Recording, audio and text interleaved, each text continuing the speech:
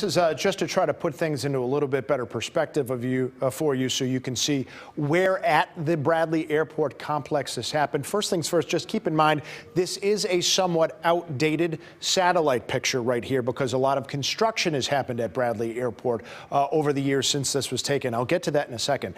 Either way, the plane was coming in from the left side of my screen. It was supposed to land, or it was asking to land, as you heard from the transcript, at what they call runway 6. That means that's this runway right here coming in from this angle. On the other angle, it would be called the 24 runway, but it didn't make it there. It was supposed to land right here at this white box. That's the start of the runway. Instead, the site of the crash was about 600 to 800 feet off to the east, to the right side of the runway. This is the de-icing area. Now, you saw in the pictures of the plane crash, the remnants of that plane appeared to have hit a lot of the storage containers for the de-icing liquid that's right there. And also, this white building right here is the maintenance building in which one worker was. That was also damaged in the crash, and the worker inside that was hurt.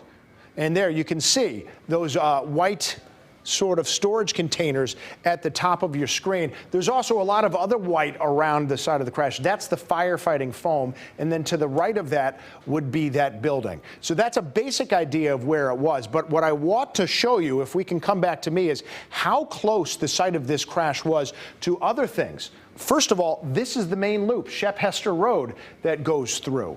Only about 100 feet away from that. It's actually closer to that than it was to the runway it was trying to land on.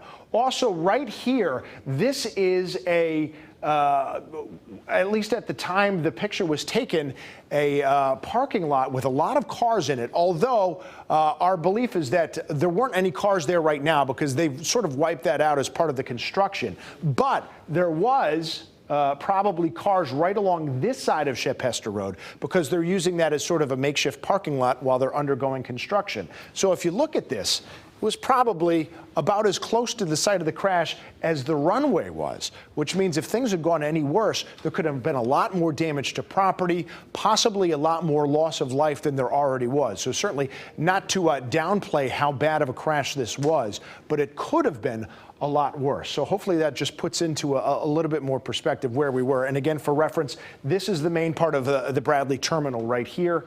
And there is the parking garage that you may see.